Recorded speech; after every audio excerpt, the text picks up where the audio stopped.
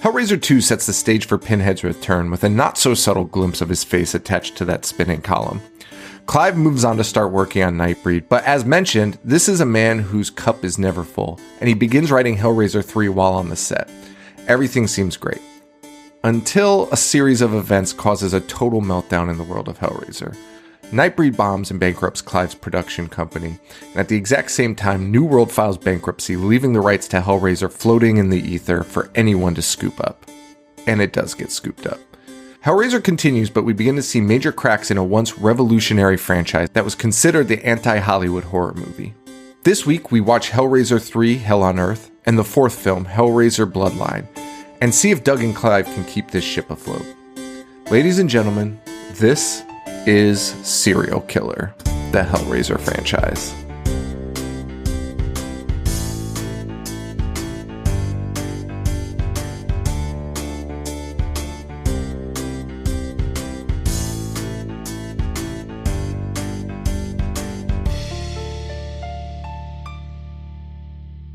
Hello everybody, welcome to The Horror Show, the show that dissects, mutilates, dismembers, and butchers all of your favorite and not so favorite horror movies and other horror-related events. I'm Sean. I'm Joe. Oh, I had a burp. I fucking held that sucker in, finished that intro, and then told everyone about it anyway. There you go. Hey, Joe, how you doing? Good, man. How are you? Good. We got I got a lot of nice messages after our last show, the bipolar stuff, and I was just thinking about it, and I was just like, I don't want to bring it up ever again, but I was just like, I like, not because it's just because it's like, what, it doesn't matter, but I just want to say, because I don't think I even finished my thought because I was too busy trying to make some fucking funny jokes, some ha-has. My point of that, by the way, and everyone was super kind and super sweet with their messages, but I was like, did I even finish like what the point of that was, or did I just like rattle on and then jump into Hellraiser? I just wanted to say the point of that was, if you are feeling, if you have some weird feelings, go to a therapist and go to a psychiatrist, because it's not that fucking weird and they're super fucking helpful. And just look for good ones on the internet. You can Google them and find a good one. If you're feeling not so well or you think something seems a little off, you should definitely do it. Or if you're feeling okay, I don't know. Like, everyone should probably talk to somebody eventually. But that was like the bigger point of it all, was like, don't avoid that shit. Like, just go in and fucking talk to someone. So I just wanted to say that, because I was like, I don't think I ever got to the point. I think I just announced it and was like, now for Clive Barker. Yeah, well, I agree with your message, and I got a bunch of not nice messages saying that I sounded like I was recording under an underwater cave. So go fuck yourselves. I'm trying a new receiver this time. We've been working through some technical issues for the last few weeks. Joe has like the nicest mic we've ever bought. But then we like, but it actually, like, it's actually good that we did that, because it narrowed it down to the recorder itself, which was shocking to me. Not that anyone gives a fuck about that, but to me that was shocking. Because I always thought it was like I think the other mic did pick up like your furnace and some other like noises, and I think this one isolates you more. But then it was like getting this other feedback, and I was like, oh well, that's not. It was like digital feedback. Perhaps it was CD Cenobite. The guy from The Hills, by the way. Is that true? Yeah, he was Heidi's boss. Famous DJ. What? Before we kick these wonderful movies off, any thoughts real quick? Yeah, I do. It's very bizarre, actually. So, first off, I've seen Hellraiser a ton of times, or Hellraiser 3 a ton of times. It used to always be on USA. I feel like I say that almost every episode for some reason. I find a way to crowbar that fact in there, which might not even be true. I might have just seen it once in USA. But I remember it not being as good as the first two, and we even did it way back when we did our part 3s for the show. I don't remember it being as incoherent as I did this viewing. And I had never seen part 4 before. But I don't think either are good movies. And when I ended them, I was like, well, that was dumb. And then as I festered on them, I was like, you know what? It's okay. Like, I kind of am okay with them. They're not good. No, they're not compared to good. the first two. Dude, the drop off from, the first one's amazing, right? The second one ups the gore. They took some gambles with that storyline. Yeah. Does it always work? No. It's kind of a mess at the end, right? But it's still a good sequel, and it was a fun sequel. The drop off in quality from 2 to 3 is astounding. It's absolutely astounding. And they took the first two were about, masochism and desire and pain and suffering. And this, starting at part 3, they're like, you know what? Let's just focus it on this guy with the pins in his head, and we'll just go from there. Like, he's got to be the face. It's just got to be about him. There's no subplots, which I know I'm rambling, but I'm so fired up about 3. I say there's no subplots. If you ask the people that were making this film, they're like, yeah, this is part Tetsuo, part Apocalypse Now. It's not. It's fucking not. Dude, just because you mentioned the war and had flashbacks, you can't compare it to Apocalypse Now. Give me a break. The shittiest war flashbacks I've ever seen, by the way. Not even it is as lowest budget. It is as if nobody had ever watched a war film or spoken to anybody that's seen or lived through a war. There's a part where there's just bodies raining from the sky in a foxhole. Dude, what? Why is that happening at this point? And on the same token, it's as if nobody has ever been to a metal or a punk show, right? Because they tried to crowbar that in. That was nuts. And they had Armored Saint as the band, which Armored Saint's fine, but they're not, if you're gonna go for a seedy New York, it's supposed to be underground an S&M dirty bar. Dude, it's called, what is it called? It's called, not the Body Bag. It's called No, I haven't read that. Because the Boiler Room. Boiler Room. Yeah. So it's supposed to be the darkest, depraved fucking club in the world. You'd expect seedy. Dude, Armored Saint is the most bubblegum of heavy metal, right? It's just hard rock. Especially at that era. They could have even gone back further. But not only that, when Armored Saint is not playing at that bar, they're playing Manchester baggy music, EMF fucking style music at all the other times. It's just a jolly good fun pub. So they couldn't even ask anyone on set hey, what do these metal shows look or sound like? They just put in whatever. They fucking know. It's so fucking bizarre. Everything that happens in these movies. The 90s are bizarre for films. And you know what's crazy too? I was thinking about this. My friend Lexi was talking about how she's everyone I work with, all the people a little bit older than her, they're when she talks about horror movies, they talk about Hellraiser. And I was there was a time that 90s period, Hellraiser was the franchise in the 90s. It really kind of was. It hit. Dude, it was on TV. Pinhead was a thing. And it's so fucking weird that these are the movies that surrounded that hype. Yeah. Because they're not good. Yeah, it is weird to think about it because Pinhead is so recognizable as a horror icon, and he's barely in the first one. The second one, he's killed, right? And yes. He's not really the main villain in either of those movies. And then here, he's doing his best Han Solo impression for the first hour because he's frozen in fucking carbonite. Bro, he talks so fucking much in the third movie. His monologues in 3 are fucking nuts. Are fucking crazy. But in both 3 and 4, he has some of the most quotable best lines in the franchise. I love what he says in these movies. I agree with that, but it's also because he's got 3,000 lines, so you can fucking pull fucking shoot. But he does have some really cool ones. He does. But also, he is surrounded by some of the worst one-liners in these movies. Yeah, for sure. His dialogue is great. Everyone else's one-liners and dialogue it's fucking abysmal. It's fucking crazy to see. It's bad. 4, I cannot believe it got a theatrical release. I cannot believe 4 got a theatrical release. There were multiple times sitting through 4 where I had that thought. I was could you imagine being in the theater for that? And just be you had to look around at the one other person that was there and be what the fuck is this? Because it's USA. It is. It is like USA. Yes, exactly. And they had the gall to try and put the franchise in this one movie in space back in the 16th century the 90s, and then the year like 2070, like 2700. I don't even know what year it was. I have it written down. We'll talk about when we get there. But they're in 3 different time frames, and they're in outer space. That is ridiculous. Out of control. It's so the audacity that they thought they could pull that off. But in its slight defense, it's honestly way more coherent than I would expect something like that to be. Like, you can at least understand what was happening. When it started jumping around, I was like, oh, this is going to be a fucking disaster. I was like, this is going to be a fucking mess. And it wasn't. You're right. It wasn't. And I do have some information a little bit about that and why they chose to do that. And I think that would explain why it wasn't as incoherent as it should have been.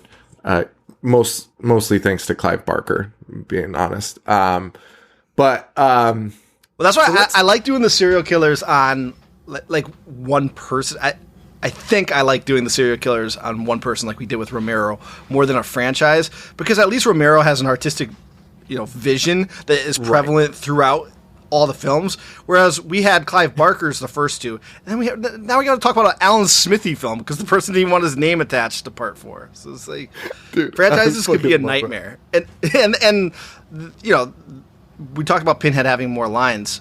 That was part of his appeal in the first 2, is he would just like show up surrounded by 4 other demons in a fog and leather, and he would say not much, right? He was just effective. Now he's fucking like, Freddy Krueger. Give me your fucking soul. Guy doesn't shut the hell up. Good God. and in 3, oh my God. Well, we'll get into it. But have you seen? The song "Hellraiser" plays at the end of part 3, and it's Motorhead's version, originally recorded by Ozzy Osbourne. Have you ever seen the music video for Motorhead's Hellraiser? I have not. It is Hellraiser performing at a theater, and Pinhead is watching them in a seat, and somebody else comes in, and Pinhead's just pointing at them like he wants their soul. It's very bizarre that they did that crossover.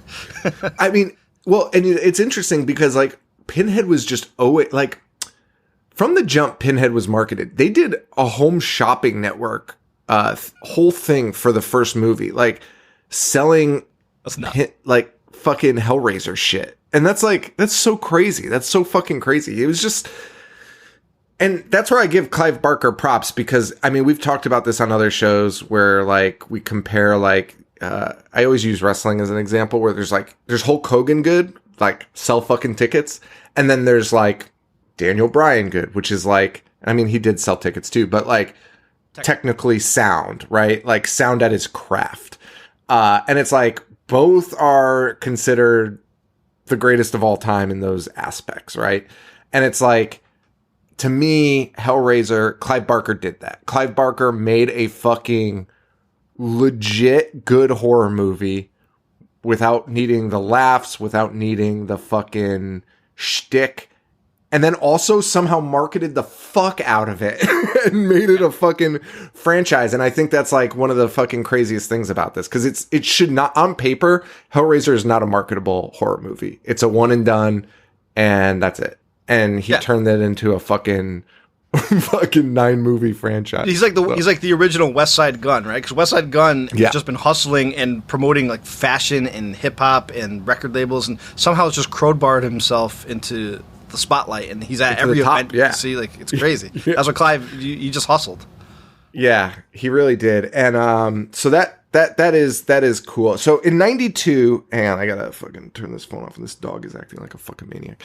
So 1992, right? Nightbreed gets made after 2 and fucking bombs, which Clive Barker's production company goes out of business because of it, which that's crazy. That's fucking crazy. One movie bombing puts you out of fucking business. And then New World, who had the rights, goes out of business. So Hellraiser is in fucking limbo. No one owns it. People that owned it are all bankrupt. So who owns it? An executive from New World ends up purchasing it with this new company. But while Nightbreed he purchased a lot. Sorry to interrupt you, but he purchased a bunch of franchises in hopes of creating sequels. Like he did Children of the Corn as well. So that's why we got all those hits. Oh, really? Those fucking nightmare guy. And while Nightbreed was being made, they do start making Hellraiser 3. And there's actually some really cool interviews that you can find with Doug Bradley explaining the original Hellraiser 3 script. And it was before before New World's collapse. It was so good. Like, it was fascinating. Like, it was this really deep, dark story that Clive had pitched. And they were going to focus it really on Julia again. Yep. But she refused to participate, so they had to figure out something else. But again, before they could even start that project, it ends up being collapsed. I think that thought was originally while they were filming part 2, and that's why they kind of wrote in her death in the second movie. Yeah, for sure. No, yeah, like, you could see in the second one that they were, like, you could see that being the end, but, like, it's very clear. Like, having the column come up at the end is, like, very clearly... Yeah. Pillar of Souls, which comes back into this one. Yeah. Yeah, and he wanted, they were toying with the idea that it was going to be set in ancient Egypt, or that he was going to resurrect himself, Pinhead was going to resurrect himself somehow, or that they were going to make a building that functioned as a lament configuration itself, which... kind of like part 4, these guys had the gall to be like, you know what, let's just do all 3, and we'll just put everything together in this. And we'll figure it out. It's fucking so weird. So fucking weird. Well, they didn't do Egypt. They did the last 2. The new company buys the rights. Barker wants nothing to do with it. Although he ends up showing up at the end to, like, try and help fix some shit, but kind of too late there. Tony Randall, he's gone. He's out of the picture. They didn't want to pay him. He's removed by producers because they thought his vision was too dark, which is fucking nuts because Tony Randall does not make dark films. And as we mentioned, Hellraiser 2, while it's I think it's a fine and faithful sequel, is not the darkest of the Hellraiser movies, like, by any means, right?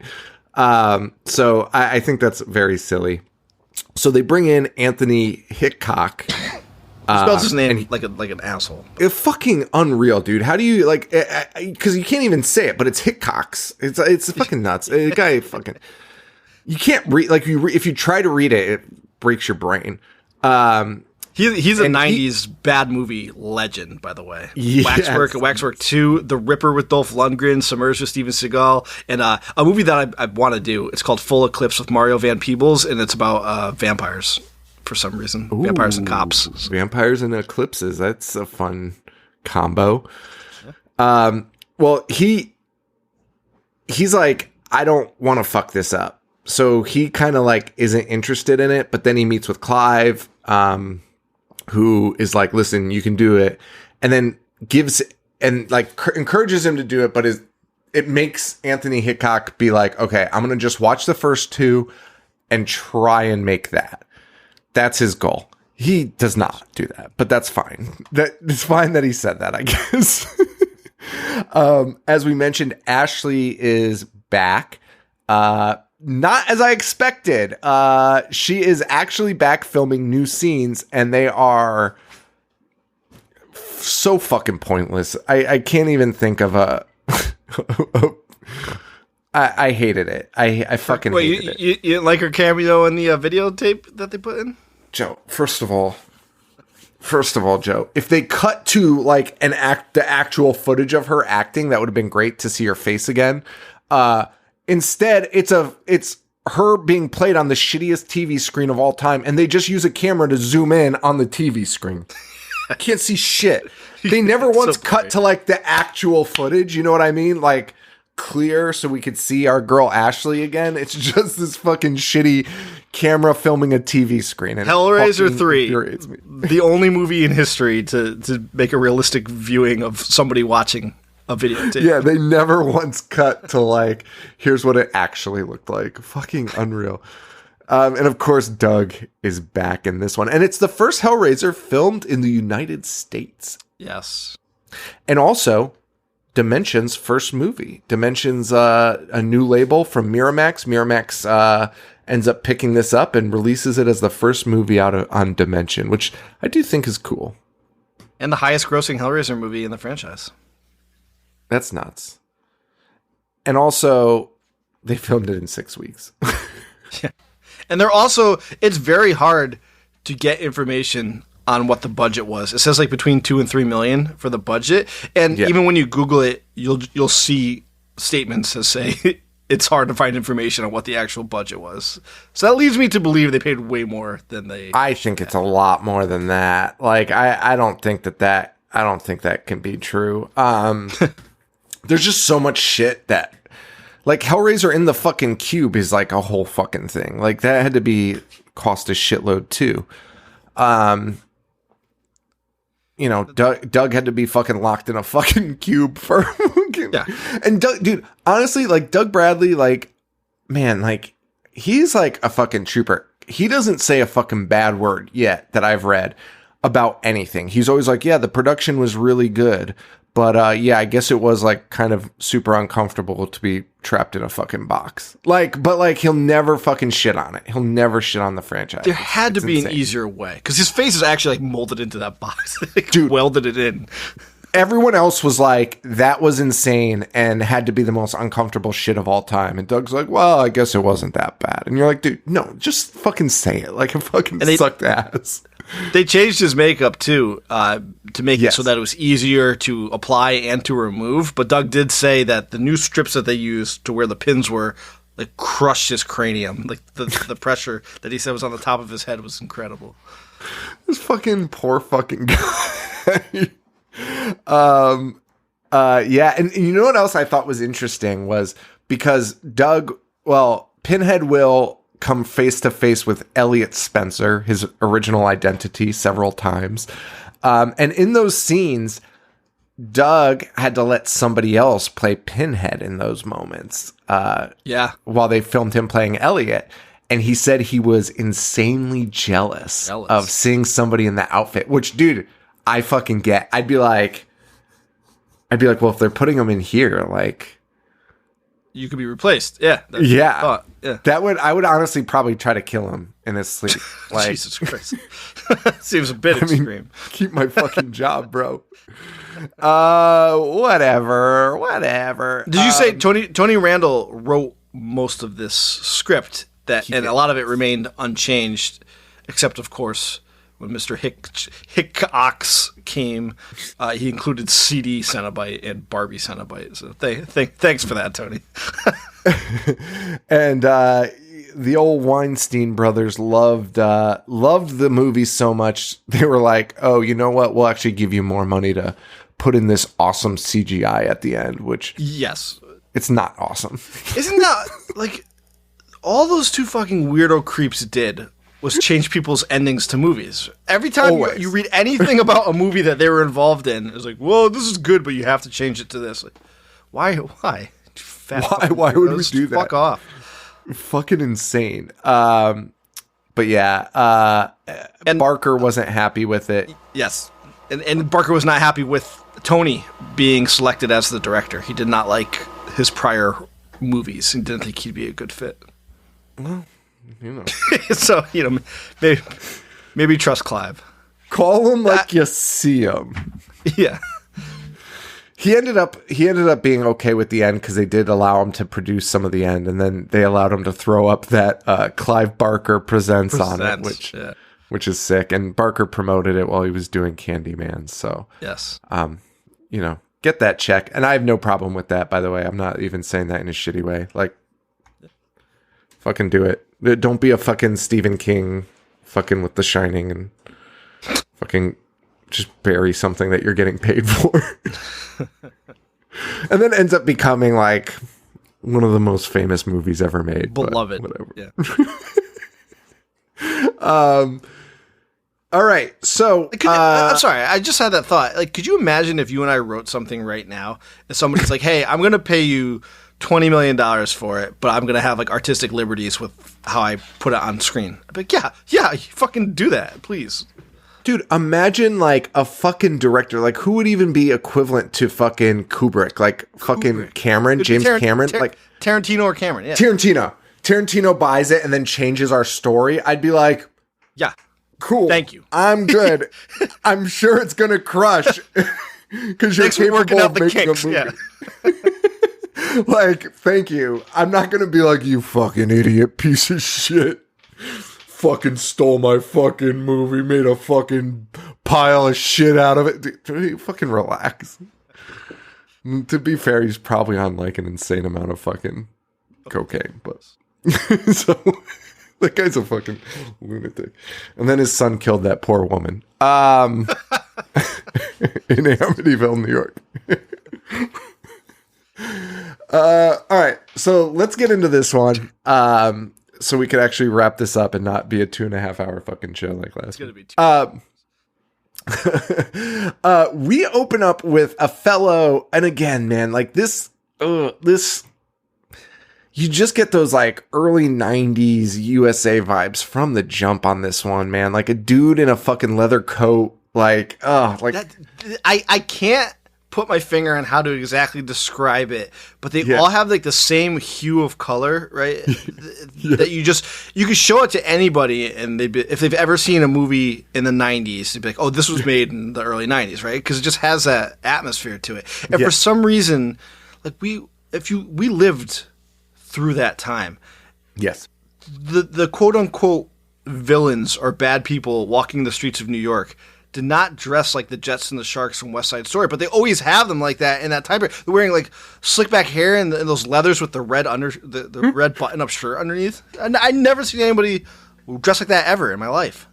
No, this guy is. There's some stuff I do like in this movie though. I'm just thinking about it. This guy's a mess though. Yeah. Well, he sneaks into an art gallery and buys a giant concrete block that has all of these bodies all over it. And the guy, as he sells it, says, I hope you take pleasure in this. The way they crowbarred, like, previous Hellraiser shit in it was, like, the funniest shit ever. Because it's not that hard to do. You know, you could have actually even brought back the Vagrant from the first 2 movies. Who gives a fuck? But instead, it just this random guy. It's like, hope you take pleasure in this purchase. It's so sporadic and not subtle that you just know somebody was like, hey, we gotta mention pain or pleasure at some point. Like, we haven't said it in a while. And I think this movie. I think this movie he didn't do normal editing, and there's a term for it because Hitchcock did it. He did it on camera editing. Yeah, on camera editing. That's it. So he just shot it in order. Yeah, which is insane. Fucking Hitchcock doing that in Hellraiser 3. Like, dude, these fucking directors. Like, if you are not the director, like if you're not one of the big directors, you're not going to end up being that way. Like, usually you can spot them when they're young, right? Like their first 2 films, you could probably pick one out. If you're past that, just shoot it like a fucking normal fucking person. Just shoot the fucking movies. Just do it. Just fucking do it the normal way. And you're probably going to do better. Like, don't overthink it. Don't overfucking in-camera editing on Hellraiser 3. So sped up production, but the actors had like no view of how the completed film was going to remotely look. So, but the point of that saying is that, you know, since he was like doing it in order, at some point he's like, fuck, we gotta reshoot this and say pleasure at some point. So just do your thing. Say pleasure and pain. So, also that concrete block, we see fucking Pinhead's stupid fucking face in it. We cut to news anchor Joey, who, she's good, but she's super pissed, because she's not getting the work she deserves. She's not getting the big stories, which is weird because her cameraman, Doc, for some reason is like the hotness in the news station and is like taking calls, like being like, Doc, we need ya. And then she's like, am I coming? He's her cameraman. He's like, oh no, you gotta stay here. And do what? Nobody's gonna film her anymore. My favorite part about that is he is on the phone with like, I don't know, the fucking news station, whoever the head of the news station. And he's like, hey, can Joey come? And they're like, oh, God, no. Their reaction to him offering to bring Joey, who is seemingly fine, is insane. Like, they're like, oh, God, please don't let her come. And Doc's like, Doc somehow plays like a crucial role in this movie, which is kind of yeah. Anyway, she was at the hospital filming a segment there, so she's still there, and she sees this fucking guy get wheeled in with chains hanging out of him. Yeah. I fucking loved it. I actually Dragging did like that. Floor. I did, yeah. This movie, I will say, what is most unsettling, not in a good way, like in a bad way, like unsettling watching a Hellraiser movie like this, is it's like the first one where they're like, Pinhead's always been isolated and like no one's ever seen him except the people he torments or people directly involved with them. And in this one, like kind of from the jump, like we're seeing somebody rush to a hospital with chains hanging out of them. Like that is odd. And it's like, oh, so how do we deal with this in the real world? We're setting this in the real world now. Like we're not, I'm glad you're bringing that up because in this scene, he's wheeled in with the chains. I mean, the hospital, the shittiest hospital, because they just let the news reporter in there while they're trying to perform surgery. She's in there, and the chains levitate and then tear him apart. Right? They rip him open, and everybody's screaming, just like what the fuck. And then it cuts to the news reporter just taking the bus home. That is the most life-altering, physics-defying event anybody has ever seen. You would be detained for questioning. You would probably be scooped up by the feds and not let go ever because you just saw something intradimensional.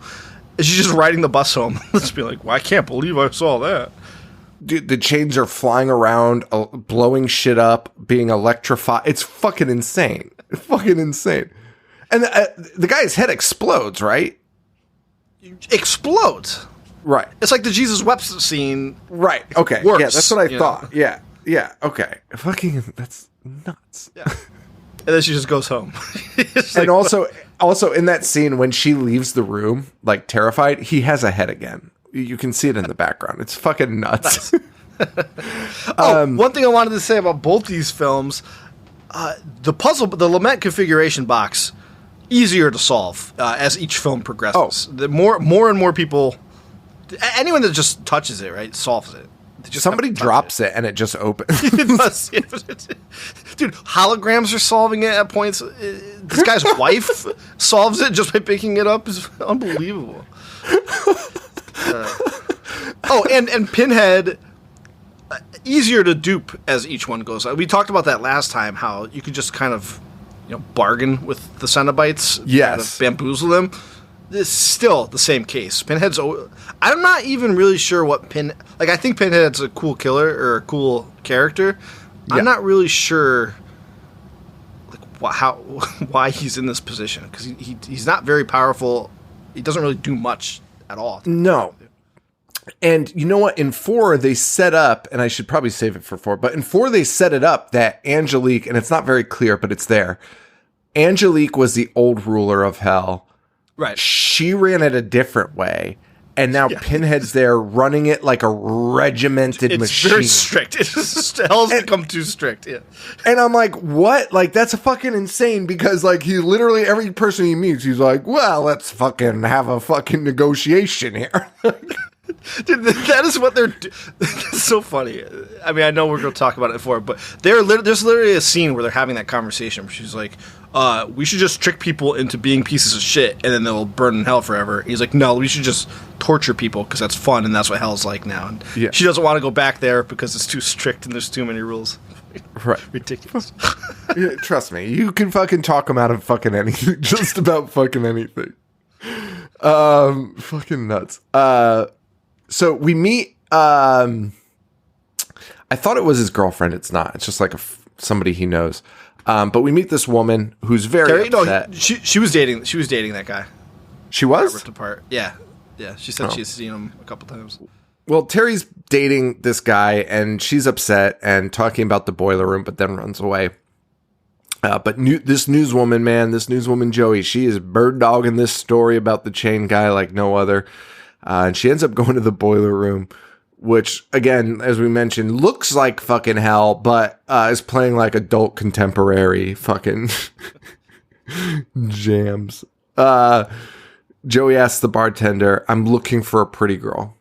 One of the best lines in the movie, because the guy responds with, yeah, she went that way. Yeah. That's what he fucking says to that description. I fucking love that.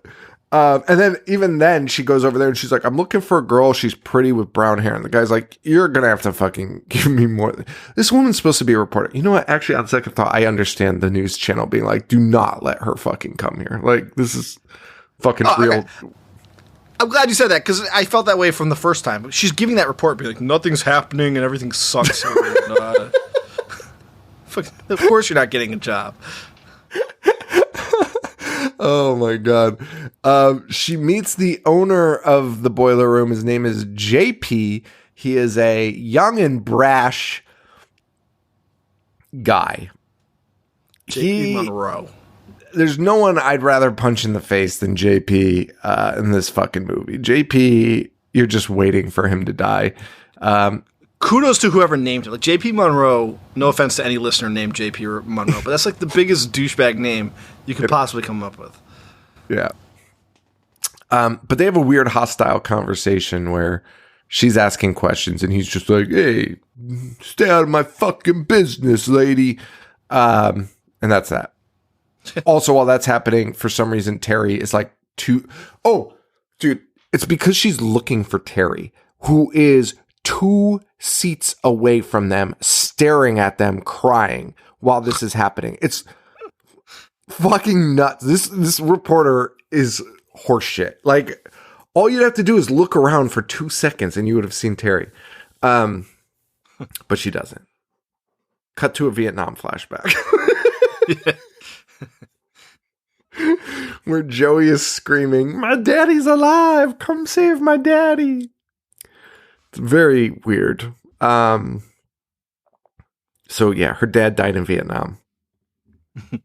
But she's also like, "We don't know how. We don't know why." It's like, seems odd, but okay. And also you're having visions, so I think you know. Anyway, Terry shows up to her house because she calls her and is like, "Listen, I'll tell you the story that you want if you let me stay at your house." Sounds terrible. I mean, nobody in their right mind would take that. Right. That deal. And Joey's like, "Abso-fucking-lutely." Yeah, and then she walks in and she's like, "What are you saying about dreams?" Because she heard her talking about dreams. And Yeah. gets her to reveal her Terry, the homeless girl that was with the guy that died, gets the reporter to reveal like her every inner thought and deep secret, not vice versa. And then, by the way, Terry drops a matchbook from the boiler room, which Joey looks at, and then fucking Terry is like, well, first Terry's like, "I'll tell you whatever you want to know. You just ask anything." And Joey looks at the boiler room matchbook, and Terry's like, "Oh, for fuck's sake, that's all you want to talk about." And you're like, "What the fuck?" Yeah, what did you think she wanted to talk to you about? She's letting you stay at her house. You guys had a deal. You have mentioned it multiple times. Like, you're like, "I'll tell you anything you need to know." And then I'll stay. And then she looks at the matchbook and she's like, "Oh, for fuck's sake, come on. What the fuck?"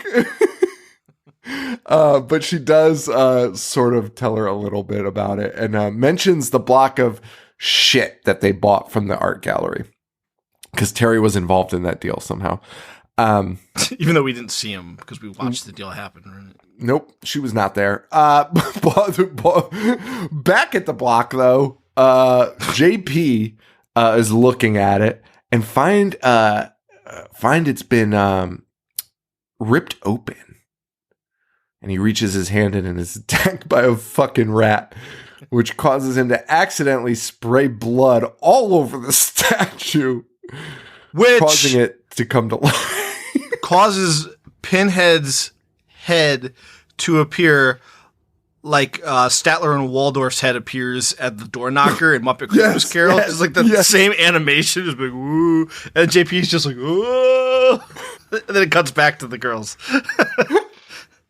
It does. And it's the next day, and Terry's Terry. Okay, so this scene gave me so much fucking anxiety. It was actually hard for me to watch. I'm being very honest. It was so hard for me to watch because Terry is trying to make breakfast. And the kitchen is on fire. The kitchen is on fucking fire. I don't There's know so how much those smoke. actresses didn't pass out. I've never seen more smoke in my life. It gave me so much fucking anxiety. Dude, if that happened Terry's to me, smoking if a I came out- cigarette. Dude, Terry's smoking a cigarette. What? That's so much smoke inhalation that's happening there. Dude, if I walked out of my room and there was all that smoke and somebody smoking a cigarette on top of it, I would lose my fucking mind. I would lose my fucking mind. Throw them out by the seat of their pants. Meanwhile, Terry's like, or Joey's like, "Oh, I see you're a bad cook."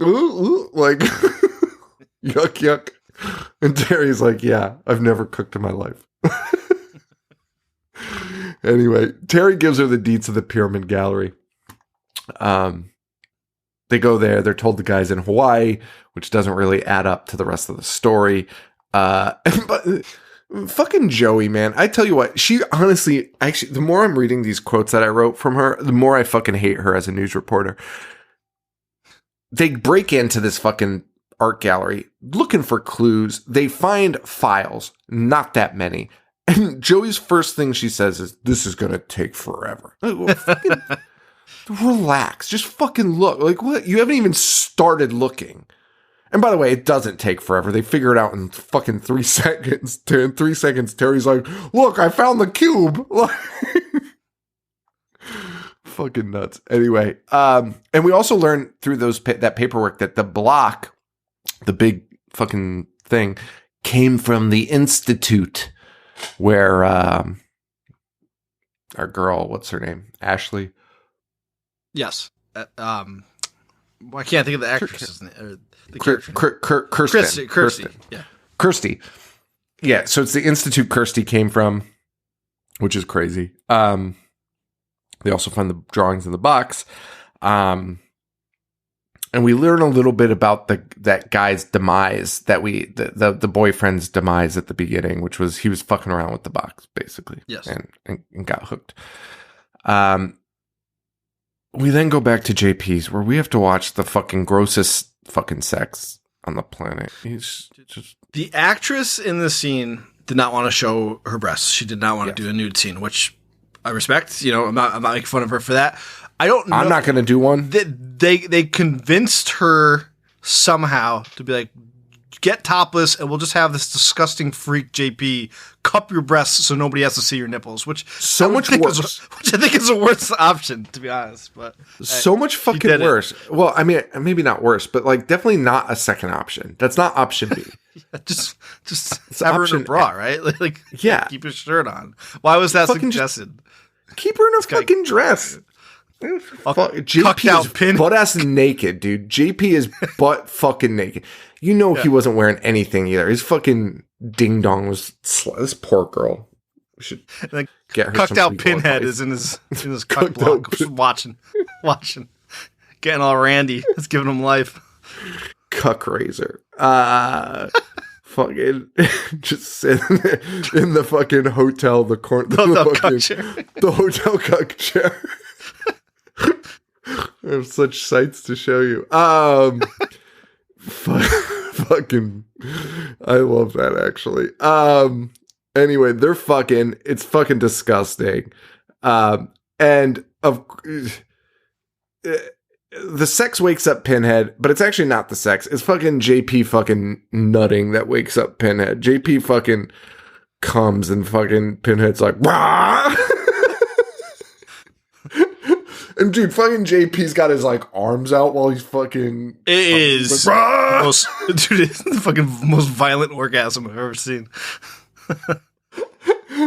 Oh my god! And so Pinhead wakes up, but no one noticed. I want to do that next time. Just scream and shake my fist at the air. Dude, Tina's gonna call the police, or just the hospital. Be like, "This is it. This is the one. He's done." So stupid. It would be so unsettling. Screaming to the sky as you do. Fuck. I'm gonna do that tonight. And then JP and this girl immediately get into a fight, basically because, I don't know, she thought JP was going to marry her, which is fucking nuts. Dude, like, you gave me a rose. But that fight is what causes Pinhead to get, like, fucking pissed. And then he's just like, shut the fuck up! And again, Pinhead, it's only his face. He's stuck in this block. He can't move or anything. Dude, but he can shoot chains. Dude, that's what I was going to say. This is where the fucking movie just, like, loses fucking track. Because Pinhead shoots chains across the room and hooks her. And you're like, well, that solves all of his fucking problems right there. Dude. Appears he can just hook whoever. But later, he's like, if you're, I might not be able to reach you if you're 3 feet away. The girl was so far away from him. It was insane. It was fucking nuts. I hated that so much. Anyway. Dude, he slurps her flesh off. So like, that's not an exaggeration. He literally slurps it. It just flops right off. Like fucking spaghetti. And then devours her. Then devours the body, too. Like, the skinless body. Which, okay. Anyway, Pinhead doing a lot of talking here. Well, we do get a good line because the guy sees him, JP sees him slurp the flesh off. He realistically just says, Jesus Christ. And Pinhead says, not quite. He'll keep making comments throughout this movie and the next one on how he's not, angelic, which we're like, we know, Pinhead. You don't have to. No one thinks you are. You have to remind us every 2 seconds. He even says that in I think in 4, where he's like, it might surprise you that I'm not exactly a saint. Yeah, no, it doesn't. You fucking dumb piece of shit. At the end of this one, he's in a church just being like, I'm not the good guy. Doing a Jesus Christ pose. Like, idiot. Is Pinhead, like, the dumbest fucking... He is. He is. Because I like Doug Bradley is great, but he's a useless idiot. He really is. He might actually be, like, unintelligent. Like, he's not... he speaks so eloquently, but he's actually just a fucking moron. That's fucking hilarious. So this is a very different version of Pinhead than we're used to. He's a lot of talking. Yes. JP gets pissed, tries to kill Pinhead with the pistol, which does not work, of course. He spits out the bullets. It pissed me off so badly. And Pinhead is like... Sorry, go on. No. I was going to say, Pinhead is basically like, hey, man, like, join my army or, like, eventually I'll just kill you. But you could be my right-hand man if you help me. Which JP is then suddenly like, okay. Like, before he was like, you're a real piece of shit, Pinhead. I wouldn't fucking do what you do. And then Pinhead's like, well, you could. And then he's like, what? Excuse me? Okay. You don't say. You don't say. Okay, let's go. Anyway, meanwhile, while this is all going on, Joe goes to the psych ward, gets a video where we get our girl, Kirsty, on tape explaining everything about the box. Yes. And somehow Joey is learning to solve it while watching these videos. You can see her mimicking how to open the puzzle, which, by the way, is just rubbing your thumb in a circle. Yeah. That's it. She's just like practicing while watching the video, which Kirsty's not showing you how to solve it. She's just doing it. She's just talking. Yeah. Fucking doing it. Terry, meanwhile, finds the box at Joey's. And maybe is the only person so far in the franchise that can't solve the fucking puzzle. Yeah. Well, look at how she's the first person bamboozled. She couldn't cook eggs without burning down a house, so that actually checks out. Pinhead must have been so fucking pumped when he saw that. He must have been like, holy shit, we did it. We did it. Somebody finally didn't solve it. She gets a call from JP, who's now, as villains do once they team up with the devil, they get way sexier. So JP's talking very sexy to her on the phone. And he convinces her that Joey is going to Monterey and leaving her, which seems like such a bizarre fucking lot. You could do a lot to like just be like, hey, she's a fucking piece of shit and using you. Like, there's a million things you could do. Leaving to Monterey is odd. It's an odd choice, but that's what he goes. So she ends up going to JP's house, who is explaining the art piece and is like, this girl. This was my favorite thing. Again, like the unsubtleness of this movie. He's like explaining that because a girl's been eaten, obviously we know this. And he's like, yeah, this girl put her heart and soul into this. And then does like a buzz maniacal laugh that like you would just leave. You would just fucking leave because you'd be like, oh, you killed somebody. Because it's like, he was like, but then tries to act normal. And she's like, oh, okay, that seems normal. It's like, what? He killed that woman. But JP, unfazed by this, is like, hey, so can we have sex now? And she's like, no, I'm not ready yet. Which infuriates JP so much. And also, JP, you're at that club with 8 million women. Just bring one of them. What are you doing? Like, get anybody. I know. When we're introduced to him, he's at a table with 9 women. Yeah, hundreds of people in that club at any given time. Anyway, more Vietnam flashbacks, which... Thank God. God damn it. Yeah, and this time Elliot Spencer's there, who's like, you have to help me. And you're like, what the fuck is this? What the fuck is this? Why is this happening? Honestly, I'm not fond of the Elliot Spencer shit. I hate it. I fucking actually kind of hate it. I mean, I think the idea is fine, but the execution is severely lacking.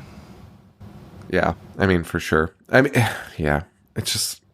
Anyway, back at JP's, we see him turn a little bit frank, a little, again, a nod to the original when he says, come to daddy, to Terry, which is, I guess, the international sign for a deranged sex freak.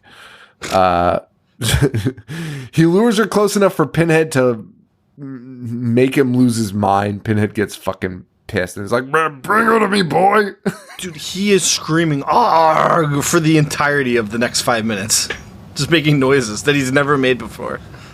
Which, all he needs to do is shut the fuck up and she'll probably get close enough for you to eat her. But when you start talking, she's like, what the fuck is that? Bring her to me, boy. And JP starts beating the shit out of her to drag her over to Pinhead, but she's able to break away by fucking hitting him in the face with brass knuckles. Ill-fitting brass knuckles. I've never seen bigger ones on somebody's hand. But yeah, cartoonish. Gets inflatable, like inflatable bar mitzvah brass knuckles, if those were a thing. like the inflatable saxophones and shit. And then Terry is about to escape, and then Pinhead's like, hey, whoa, why leave so quickly? And we get another massive monologue where he tells Terry the same shit he told JP. And basically, like, you could leave, or we can kill this guy, and you and me can be partners. And she's like, okay, let's do that. And she fucking gives JP Pinhead, and JP is fucking JP. Murdered. Yeah. Yes. That was a little shocking to me. I was a little surprised by that. Yeah, he's a goner. He's done, man. That's the end of JP, who was kind of built up to, I don't know, lead this movie. Anyway, we should probably, like, move forward a little bit. But anyway, the statue lights up. Pinhead it starts exploding and melting. It's fucking disgusting. And Pinhead is on the loose. Yes. And that scene was sick because that was like the ultimate 90s Pinhead because he like just holds out his fucking hand. Like, yes. Inviting the viewer to be like, let's fucking go. Pinhead is cool looking in both of these movies, I think. Like he owns the badass horror icon feel. And different though. He does look a little bit different because you can see him better. It's more he's more. Yeah, I guess that's true. But the club massacre that occurs right now is probably the best part of the movie. It's like it reminded me of Nightmare on Elm Street 2 when he gets to the pool, except he actually kills people. Like Freddy dropped the ball at that scene. It could have been a huge massacre, and that's what we get here. This scene is fucking crazy. This scene, I love it. I hate it. I ultimately love it, though. I think it's just so fucking good. It's the best part. Because you cut to the club, and Pinhead. I'm trying to find my notes on this. Like, Pinhead says something that's like pretty fucking cool. I can't figure it out though. Hang on, sorry. Oh, here it is. Pinhead shows up and says, "Shall we begin?" Yeah. That fucks it up. Yeah. I fucking love that. That was like ultimate Pinhead right there. That's Pinhead, right? Like, dude, can you imagine? That must be fucking sick for him. Like that was, oh man. And he just starts fucking killing them. Also doing like some not so Pinheady stuff, but that's okay. That's fine. You got the CD scene, shooting CDs into a guy's fucking head, which again, it's the guy from the Hills, Heidi's boss. And so much gore here too, man. Everyone's running, dude. The doors lock, and you just see the fucking blood pour out from underneath the door as you hear people being slaughtered. So fucking sick. And then again, like where I mentioned, like we're in the real world with this now. Joey's at home, and there's a news broadcast being like, "There's a massacre right now at this fucking place." That's how she gets tipped off. Yeah. Yeah. And it's like, oh, fuck, that's so fucking weird. Because, like, to this point, it's been like the people that have survived have been called insane or, like, locked up. And so for this to be like they're acknowledging what's happening, it's kind of insane. It's kind of crazy. It's cool. So Joey ends up going to the club, to the biggest massacre ever, which you would not walk into. I'm sorry. Like, there's 8 billion bodies. Be allowed to. Yeah. Well, that also. It's already on the news. That place is on the press. And she's brought her fucking puzzle box that she has obtained. And she's screaming for Doc, who, by the way, in this moment, I was like, who the fuck is Doc? Like, I had totally forgotten about that fucking guy. I was like, who the fuck is she screaming for? I was so confused. But she's walking. Yeah, it's the cameraman. And she finds him with his head ripped off and his video camera attached to his neck, which is great. There are cool kills in both of these movies somehow. Yes. Yeah. And Pinhead shows up, talks a lot more. He tries to get the box, but she runs outside. Dude, he screams, "Don't debate with me." Hey, Pinhead, that's all anybody ever does when they speak with you. That's all you do, Pinhead. Like, all you do is fucking chat. Shoot this shit. Chatty Cathy. Pinhead, and then here again is where I get like a little bit frustrated. Because, as we mentioned, like, and this has been kind of an issue since, I want to say even the first one, where his powers are unclear. They seem vast and almost unstoppable, and yet he fails to use them in any ever useful. She runs outside. He is nowhere near her, and he is blowing up the streets. He is causing fucking electrical wires to like move and like pop open a hydrant and then electrocute the water coming out of it. He's controlling all of this, and he cannot kill this woman. When he walks into the church, each step he takes blows out all of the stained glass windows. Yeah. He has more powers than you can imagine. It's so weird. He's got like a set of values that he cannot like just use the powers to kill. It's fucking bizarre. Dude, he's blowing up. Dude, he's making cars drive by themselves and crash. Like what? Anyway, then we're introduced to a new Cenobite. Yeah, Cenobite. Cenobite. And it's Doc.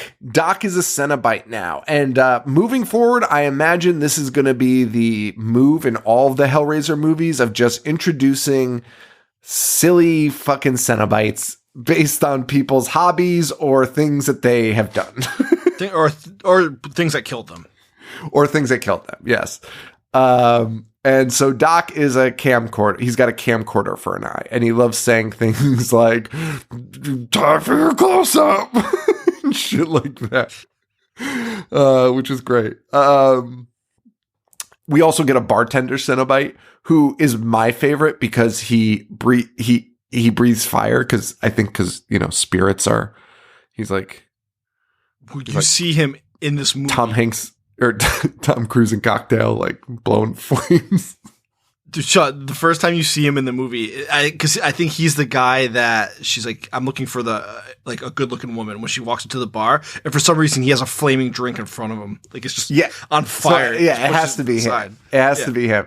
So he can breathe fire, and he also has a shaker, a fucking drink shaker, which he'll later use he'll open it up and just like throw fucking liquid out of it. Like it's not anything mystical. And fucking, I think it's Joey is like, this is gasoline. And you're like, what the fuck? Yes. You're just throwing gasoline at people. No, it's the cop that says, dude, it's the fucking cop that says that. Cause she's like, those cops gasoline. And then they don't move and just allow they just on fire. Allow themselves to get lit up. It's fucking nuts. It's so fucking nuts. And they're presenting this, by the way, like this is the future. Like you're gonna fucking love it. Welcome to the future. It's like CD Hellraiser. And again, a first for Hellraiser. Cops are finding Cenobites, as we mentioned. And cops show up and are like, "What the hell?" And bartender Cenobite lights them on fire. And Doc Cenobite says, that's a wrap. Fucking amazing. Anyway, she goes to the church, gets there. Pinhead immediately shows up, explodes everything, including a priest's hand who's holding a cross, which was sick.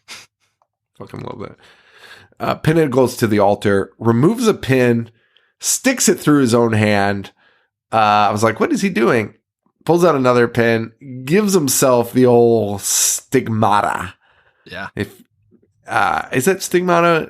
Well, I think stigmata is just the wounds. He's just mimicking the crucifixion. Gotcha. Yeah, which is, I'm surprised they got away with it. And I heard the town was not thrilled about the shooting of this. They wanted to shoot it in the actual church, and they shot in like very conservative part of North Carolina, and everyone was like, absolutely not. You cannot do this in a church. So they had to build the stage prop for it. Fuck. It's a cool scene. And he says, I am the way. And like, that shit is fucking tight. And dude, the way he's like fucking, again, it's the most animated he's been. He's mimicking Jesus, and he like even tilts his fucking head. And it's like, yes, that moment I was like, okay, I'll fuck with this Pinhead. Like this Pinhead, I'm cool with. I do agree, but again, he does nothing. He does all this. And just he's a showman. Fails. He's a showman. All flair and no substance. For sure. Like cool party trick, Pinhead. Shoving stuff through your hands. This is my body, this is my blood. Happy are they who come to my supper. And feeds the priest his blood, which is just fucking nuts, man. Fucking crazy.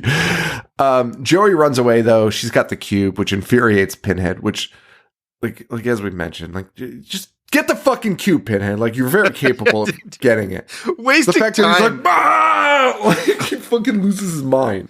putting on a one-man play in the church. Just get the business, you fucking moron. He's like surprised that she would run away and take. Of course she did, you fucking idiot. We see JP Cenobite. He's there now, and Terry Cenobite is also here. And Terry Cenobite is just female Cenobite ripoff, which is a bummer. Like she got the same neck wound. Got the same neck wound. Yeah, the neckusi. That works. And JP is just like, JP is just the way he died. He's just got the fucking shit in his head, which is just making anyone a Cenobite these days, man. You know, can't. No. Good Cenobites are hard to find these days. That's true. Especially after part 2.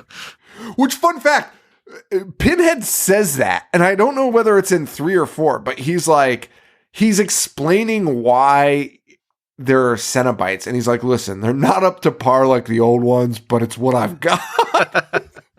It's the best fucking... Oh, it's right here. He says, because Joey sees those two, and he goes, they're handmade, Joey, talking about the Cenobites. And he goes, a shadow of my former troops. And it's like, bro, that's nuts that you acknowledge that. Like, that's so crazy. Like, yeah, fucking quality has fallen off quite a bit.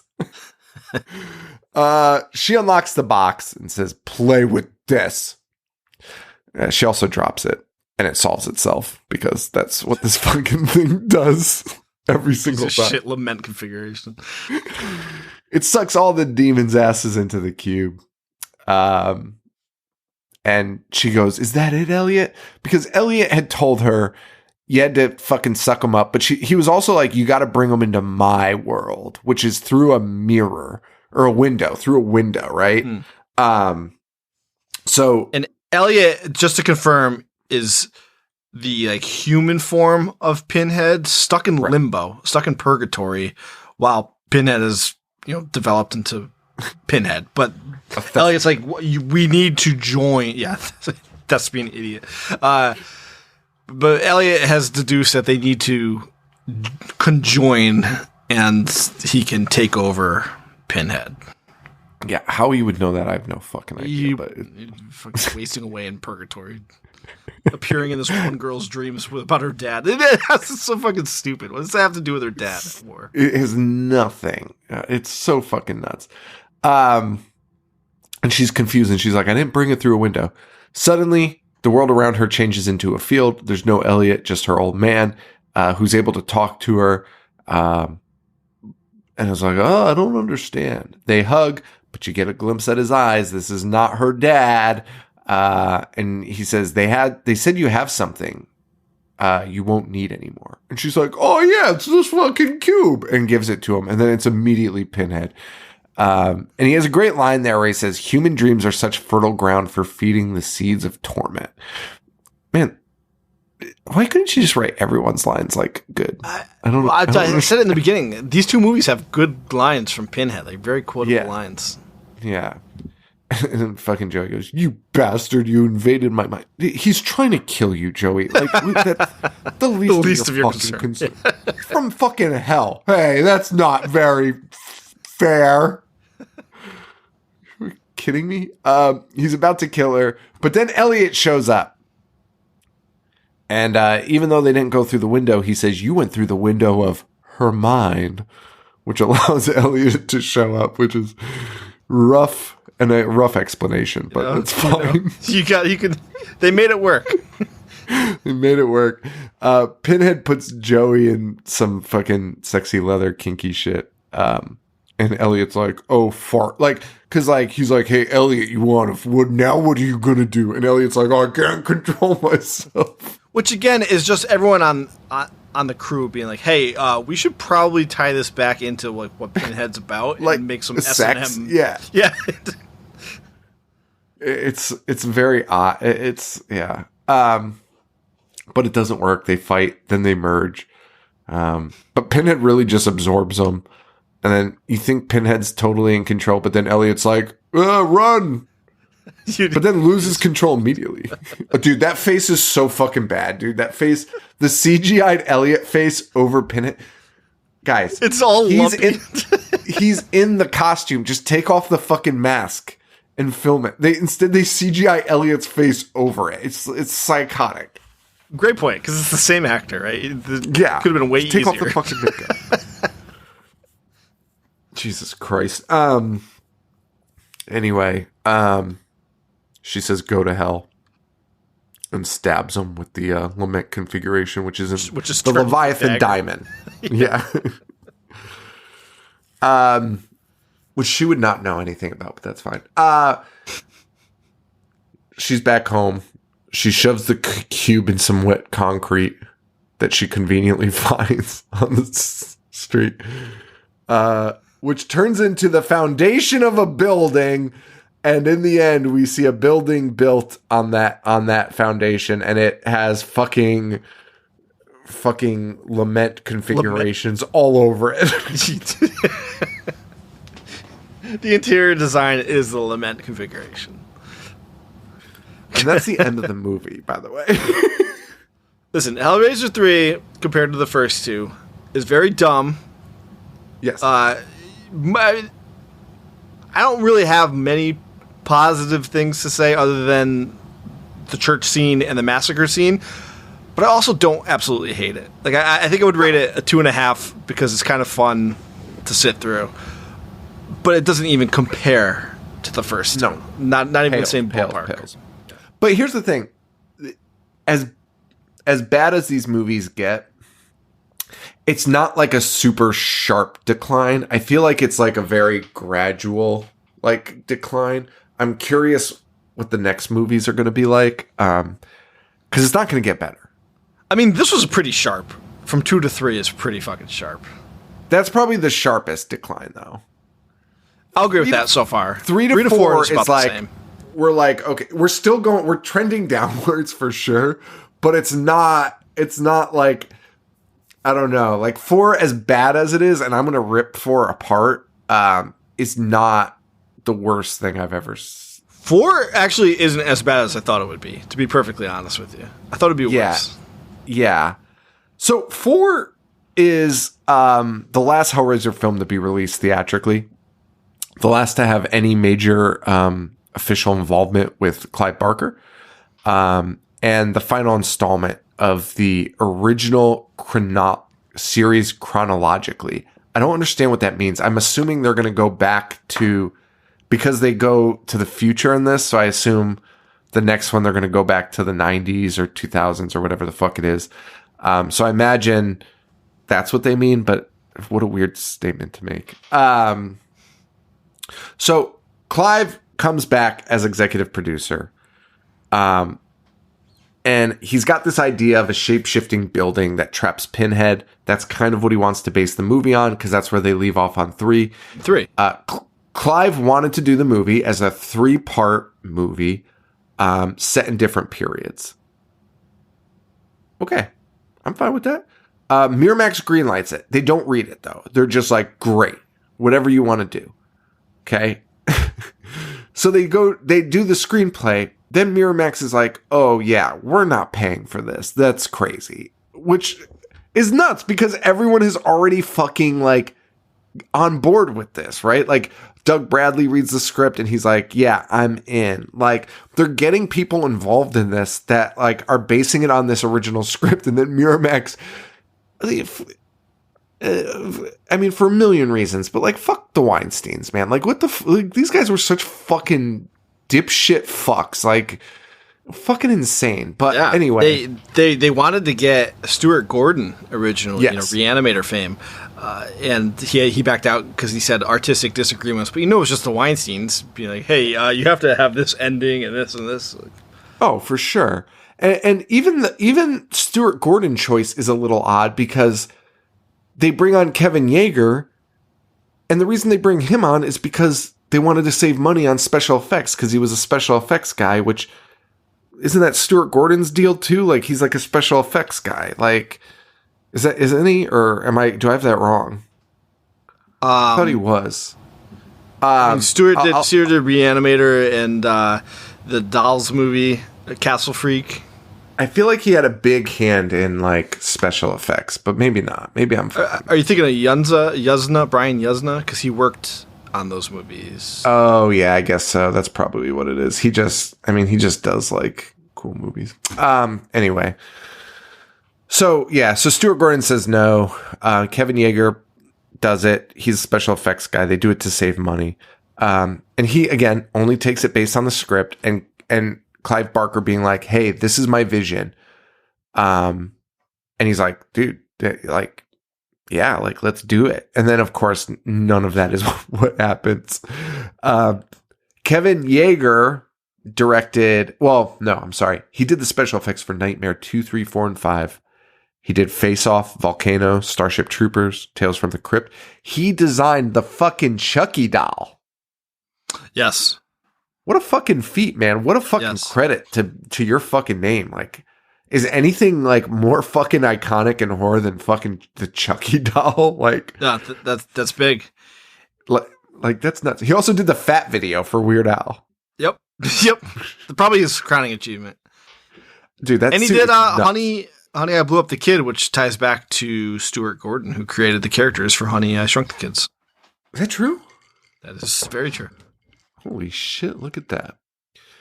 This is the only movie he directed, and it didn't go so well because he asked for his name to be fucking removed from it at the end because Miramax made so many changes after filming was done. So, of course, he took on the credited name Alan Smithy, an old Hollywood, what would you call it? A little trick. When you didn't want to, when the director backed out of his credit, the DGA allowed you to use the name Alan Smithy instead. Yes. So that's that. They bring on Joe Chappelle, who actually great director, great television director, to film those last scenes. Dude, The Wire, and he filmed that fucking episode of The Wire, Middle Ground, which is the best episode ever. That's the one where fucking Omar and Brother Mazone fucking get Stringer in the fucking empty building. Yeah. That episode fucking rocks. That episode fucking rules. Which is wild because he also did Halloween 5. Well, win some, lose some.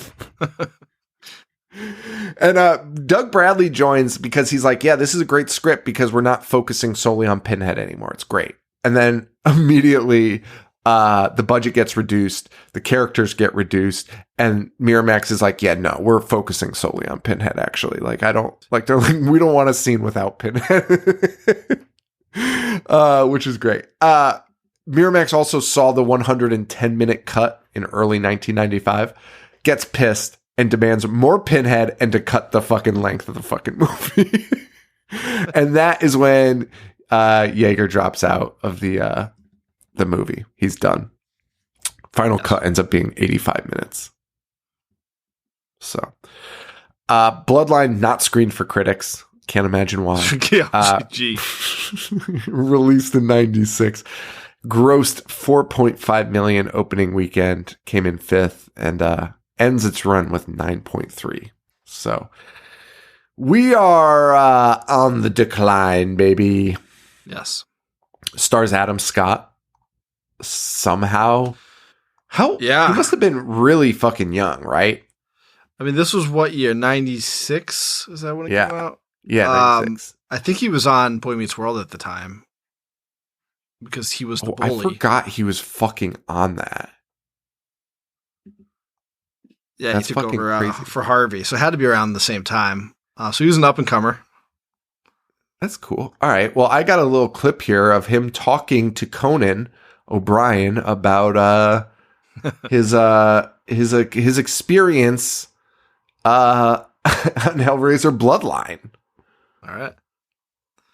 Your beginnings, because obviously you have this great career, very impressive career, but I always like to try and bring people back to when they're first starting out. And I didn't realize this. You got started out in a horror movie in 1996. Yeah. A movie called Hellraiser Bloodline. Yeah. Is that right? Yeah. I didn't realize. Yeah. We have a picture of you, a still of you from Hellraiser Bloodline. There you are. That's right. Yeah. Which number Hellraiser was that? The fourth. The fourth. I just want to tell everybody that photo, don't worry, it's not real. That was like makeup and effects and stuff. So, so it's fine. So I'm curious, was that, I mean, you must have been, because you're still a young guy, that you must have been thrilled to get a movie at that age. You were very young at the time. Oh, it was such a big deal. It was the first like real movie I got a role in. And I mean, I really did think like, oh, well, this is it, right? I mean, it's all downhill from here. Like I am now, it's going to be everything that happened before Hellraiser Bloodline and then everything after. Like, I may as well just go talk to my friends and just say, listen, guys, it's not a big deal. I'm still the same guy. Okay, I still put my pants on 1 foot at a time. Don't worry about it. It's Adam. It's me. I really felt like this was going to be it. And so the day came where I started the movie. I got up extra early. I drove to like a real movie set with like trailers and cameras and the trucks everywhere. I go to hair and makeup. They put a wig on me and this like outlandish costume. I have a dress, a trailer. It's like a small one where the toilet is like next to the chair where you eat your food, but still. And they knock on the door and they're ready for you. And like I went, and they walked me to the set. And they were like, oh, we're going to bring you to your chair. And I was like, oh my God, I get a chair? A chair, like a Hollywood movie with your name on it. That iconic chair, Yes. And they bring me over and they're like, okay, here you go. And the chair, there is a chair and it says Adam Craig on the chair, which isn't my name. No. Yeah. Your name is Adam Scott. So what was the deal? I don't know. I didn't mention it because I was too scared. They just had your name. So there wasn't another person on the set named Adam Craig? No. Someone just didn't care and wrote Adam Craig because it was Hellraiser Bloodline and who cares? I just wasn't aware of that yet. Well, it got you launched, you know? Yeah, it sure did. That's how we all know you. Yeah. It's one of the only movies directed by Alan Smythe, which is the name that the Directors Guild uses if no one wants to take credit for the movie. Oh, is that true? Yeah, it's like one of 3 movies directed by Alan Smythe. Wait, that's the name they use on movies if no one wants to take credit for it? That's right. We should start calling this show Smythe. It's Smythe! And then I come out and I'm like, oh, it's me. You know, if you didn't like it. So there you go. He mentioned his wig. It is the shittiest interview with a vampire leftover wig. Like it belonged on Tom Cruise's character. It is so ill-fitting. It looks like it's going to fall off at any time. Dude, it totally does. And despite him saying that there was only 3 Alan Smythe movies, this was actually the 500. This was actually the 24th. So a little off, but that's okay. I do like that story though. Cause like, dude, like getting Bloodline, like regardless, like getting a Hellraiser movie as your first movie, it's like, it is like, this is great, but it is also like, this is the last movie I do probably, like, you know, like, fuck, like, you don't know. Yeah, that's all I've got there. What am I going to say? What am I trying to say? Ready to get into this one? Oh, am I? Dude, this one's nuts. This one's nuts. This movie opens up in fucking space. Yeah. The space station Minos. The year 2127. Yes. Who thought about this? Like, I appreciate Clive's attempt at the, like, 3... And by the way, that's what I was trying to say earlier, was, like, I think the idea of the 3 different time periods is fine, but because of the budget cuts and shit, they had to, like, condense it all and, like, cram it all together, and it's very all over the place. It was supposed to be, like, linear. It was supposed to be, like, part 1, the past, part 2, the present, part 3, the future. Yeah. And that could have been pretty cool. But, like, the way they do this is, like, kind of insane. But like we said before, they kind of pull it off, man. Like, this could have been a bigger mess. There could have been a way bigger mess. The bones are good. The bones are there, and the bones are good. And I think that's all that holds this together is like Clive's idea. Clive's concept is solid on this, I think. And I think it's unfortunate that they had to do the budget cuts because it just like makes it cheap. It makes it feel cheaper than it is. It's also crazy. This is 1996, and like we better throw in a lot of homages to Terminator 2 Judgment Day. It's so fucking bizarre. And it's 96 and like you're in outer space and you're showing the shittiest technology. Like my issue with all of these fucking movies is like Star Wars set a template that you don't need to fucking expose yourself. Just make up some outlandish fucking technology. And instead they are always using like the green grid computer screens. And it's like, this looks like fucking shit. It looks like 96's computers because it is. Like, fucking fix it. What the fuck are you doing? Anyway, on this machine, a man is using a robot to play with the fucking lament configuration. And the robot opens it. Of course it does. And Pinhead comes out. Of course it does. And Pinhead comes out and kills the robot and is like, I'm going to get you, basically. And we find out that this guy is like the fucking Elon Musk of like fucking rocket ships. He built the fucking rocket ship. And he's lost his fucking mind and locked himself in his room trying to play with the fucking lament configuration, trying to like do his own shit. So they've sent space police out to fucking arrest him and take him off his own ship because he's lost his goddamn marbles and they don't know what the fuck's going on out there. Right. The spaceman tells us his ancestors built the box for a guy who was a leader of the occult, and who he plays his part also. Everyone plays their like ancestors' part. They reuse everybody for all three time periods. It's my favorite thing. That's just not done enough. That's just not done enough. We need to see more of that. Anyway, so we go back in time to the toy maker, as he'll be often referred to.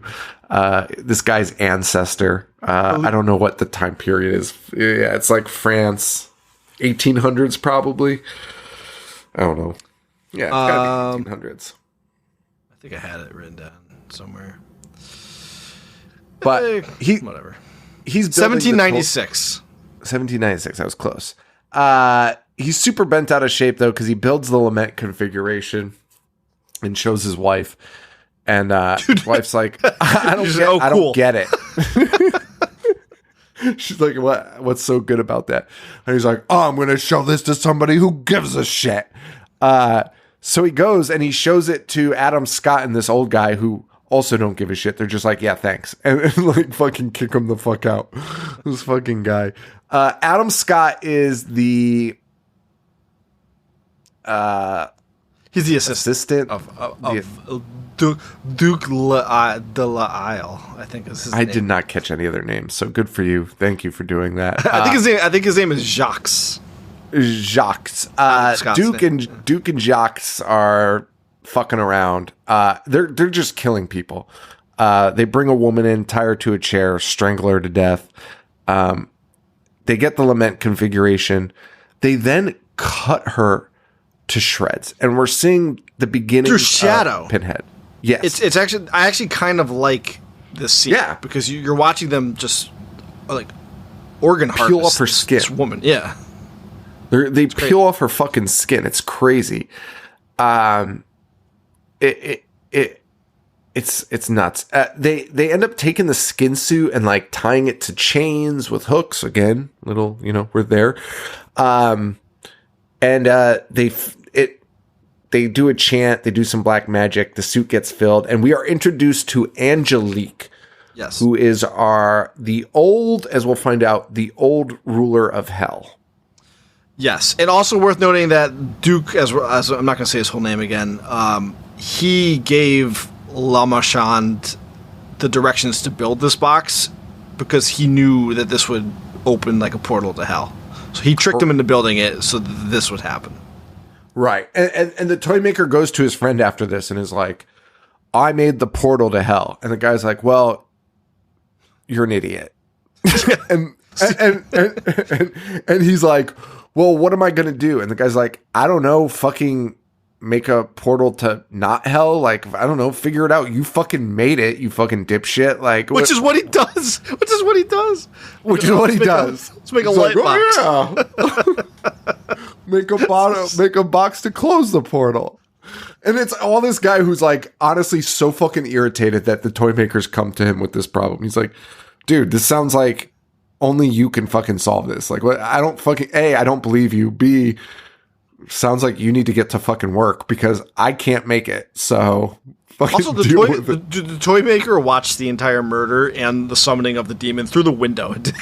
Did nothing to stop it. Did nothing. So he sneaks into the house of the rich people where he finds Angelique like torturing Adam Scott and fucking him at the same time. And they also find the Duke with the fucking barbed wire wrapped around his mouth. So like signs of like Pinhead and the Cenobites. Yeah, like the origins of those things. But they catch him. They catch the toy maker, Adam Scott, who is Jacques. Jacques demands that she kill him.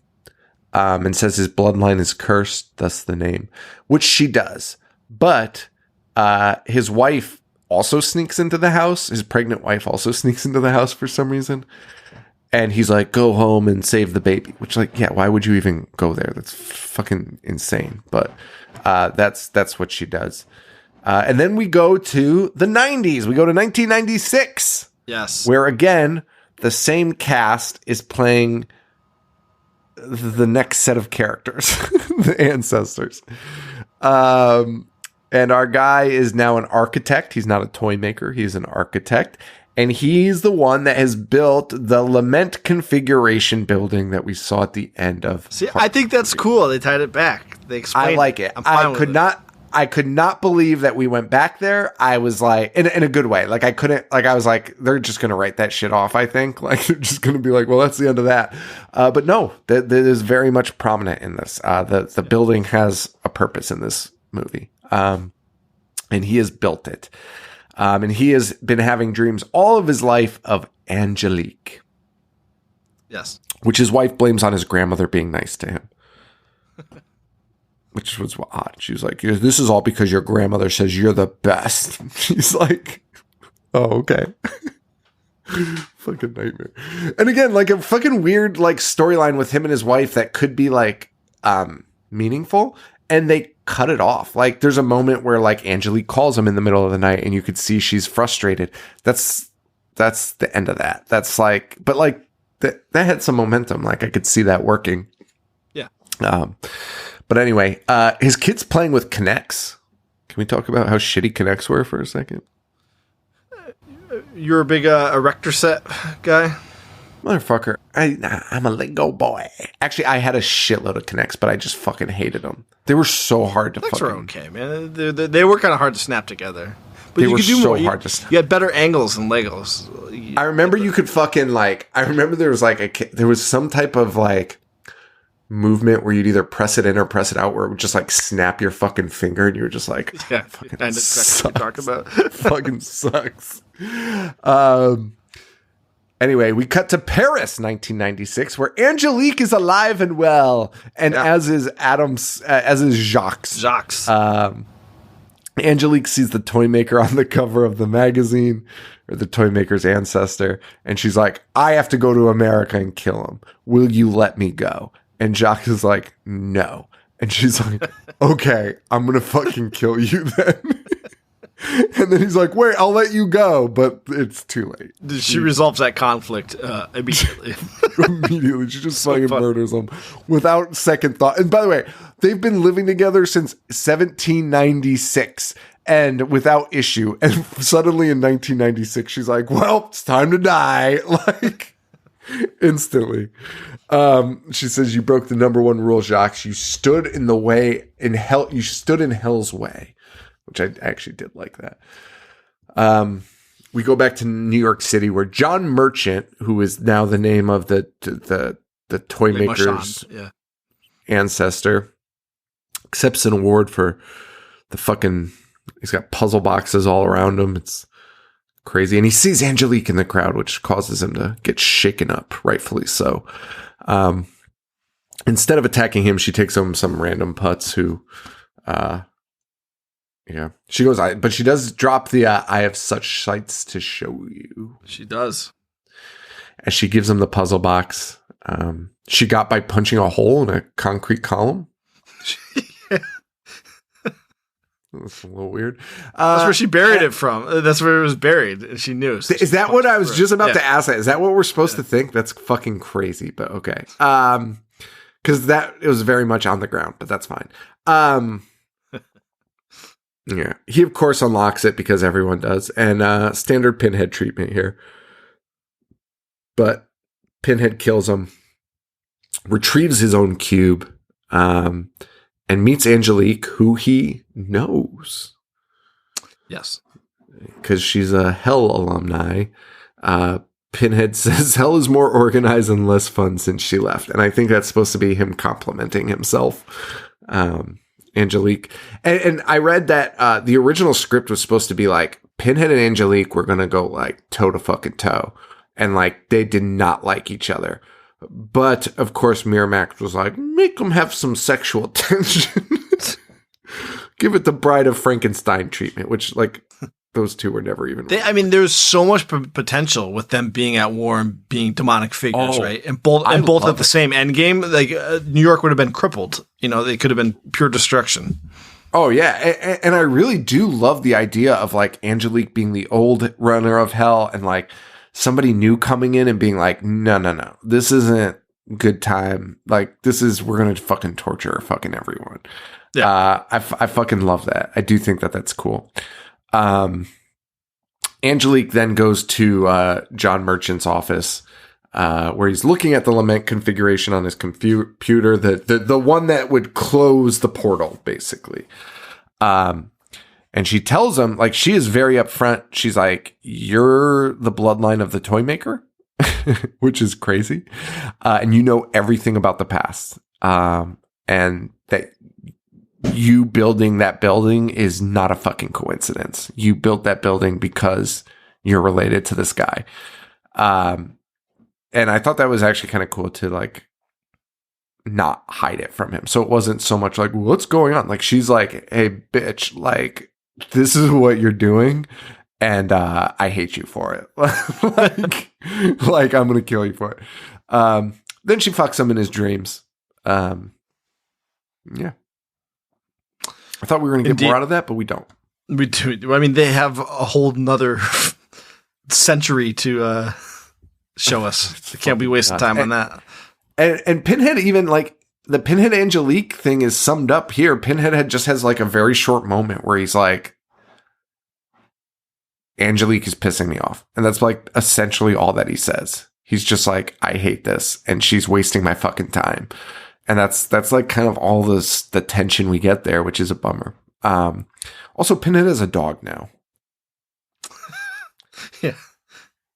Which might have like Chatterbox. Dude, it might have been a human before, to be honest with you. It's like human size. Cool. Yeah. That's kind of cool. Okay, I'm down with that. We get some security guards in the building who hear Pinhead laughing maniacally and are like, "Oh, I think the building's just settling." And they end up walking in on Pinhead and Angelique, and they say, "They're brothers, by the way." Oh, are they? Well, because doesn't he say, he's like, don't kill me without my brother, or don't leave me without my brother? And then Pinhead's like, don't worry, I won't. Make some conjoined twins. A conjoined twin Cenobite. Dude, that's the fucking most insane thing. But they go, don't make us put some pain on you. And then Pinhead lays on them, gentlemen, I am pain. Yes, which great line. Fucking Pinhead fucking rules. Anyway, he, like you said, he melds them together and makes them conjoined by the head. Injects him with that Seno sauce. and fucking turns them into Cenobites right in front of us. Anyway, Hellraiser's like, I'm going to fuck the toy maker by killing his kid, which... It's pretty demonic. Solid plan. Yeah, that'll do it. That'll fucking do it. So he goes to the house and takes the fucking kid, which his wife doesn't do much to stop. And when she asks why, he says, I want bait, live bait. John enters. Which again, he's a fucking demon from hell. What are you doing? Why you don't need to negotiate? Just take it. Just go torture the guy and give it to you. John enters Pinhead's realm, and when going to save his family, encounters the Chatter Dog and Pinhead. I don't really understand what is happening here, and I don't really understand why, like, Pinhead, like, the biggest question mark on this for me is, like, the Pinhead Angelique thing. Just, like, why does Pinhead give a fuck? Well, because Angelique now wants, because like we said, she does not enjoy Hell's new strict regime, so she wants to force Merchant to activate the, what do they call it, the Elysium configuration. Oh, right, to close the portal. It'll destroy Hell. Yeah. So, okay. So she could be free. Yeah. And that's what happens, but Merchant's new prototype is a piece of shit and it doesn't work. Yeah. So then Pinhead gets pissed and he kills Merchant. Yeah, and Merchant says, for God's sake, and Pinhead goes, do I look like someone who cares what God thinks? No, that's not what he's saying, Pinhead. Express everything so idiot. Fucking literally. Yeah. Fucking moron. Every time. Every Every single time. Don't mention anything fucking religious in front of him. Anyway, wait. Oh, yeah, so that hasn't happened yet. So, okay, so while that's going on, right, the wife's being chased by the Chatterbox dog, and she has some of the worst one-liners. She goes, does this pathway work both ways? Talking about the fucking cube, which, why would you, anyway. Angelique has the kid, and Pinhead has the toy maker there and fucking decapitates him. This scene, fucking nuts. One of the best kills in all of the movies. That's not an exaggeration. That kill is great. No, it's amazing and very shocking to lose this character who you thought, I mean, for no reason really, but you assumed he would survive somehow. But it turns out that the kid that Angelique had was actually who we see in the spaceship later on. That's who that is. All grown up, I believe, right? I don't think that's possible. Because the spaceship. 2127. So he'd be the one after. That's his daddy. That's his daddy, I think. I'm still not sure that's possible. But he keeps the bloodline going. Dude, that's 127 years. Yeah, but if I had a kid right now, oh yeah, you're right. Yeah, well, you do. And he's not 21, 27. That's a long time, man. All right, so maybe great-granddad. He just keeps the bloodline going, we'll say. Oh, see, that's like less exciting. Okay, that's fine though. All right. Cool, Pinhead. Well, all right. Anyway, the wife comes up with the puzzle cube, drops it, and it sucks up Angelique and Pinhead. Mm-hmm. That's it.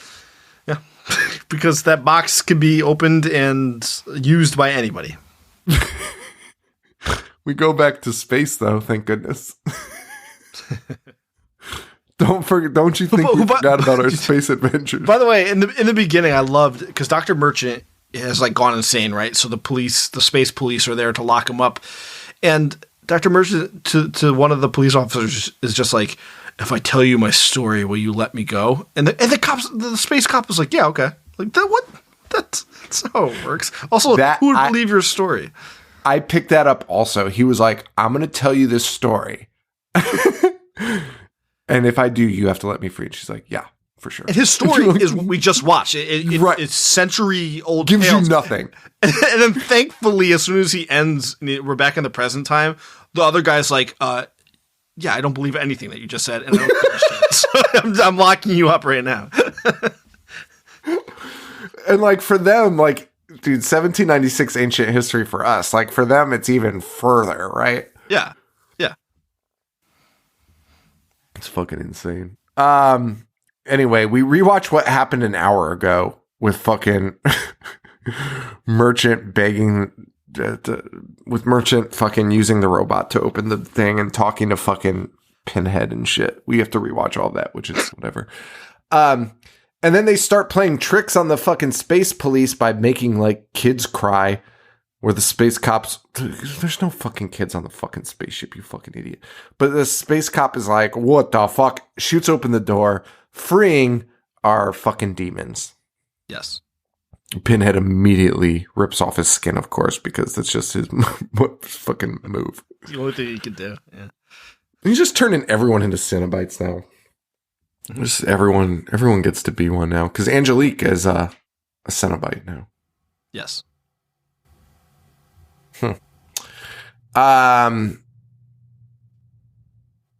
She tricks more space police to show up. She rips off their heads. Dude, one of my favorite. I think I kind of like this movie now that we're talking about it. One of my favorite lines. I think I do too. One of my favorite lines too is one of the guys sees Pinhead, and one of the space police sees Pinhead and goes, "What the fuck planet are you from?" I was like, "That's a smart line." It's a fucking. We're in space, man. Like that's a fucking Like what are you're not like a demon. Like what fucking planet are you from?